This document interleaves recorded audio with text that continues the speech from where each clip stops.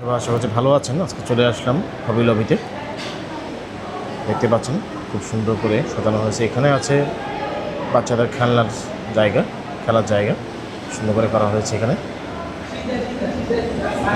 তো আর এখানে আছে আপনার জানার চেষ্টা করবো এখানে কী বা বসার জায়গা আছে খুব সুন্দর।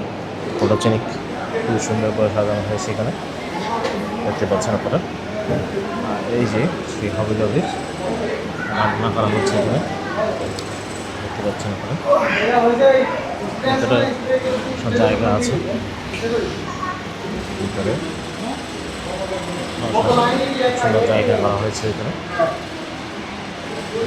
জায়গা হয়েছে দেখতে পাচ্ছেন আপনারা।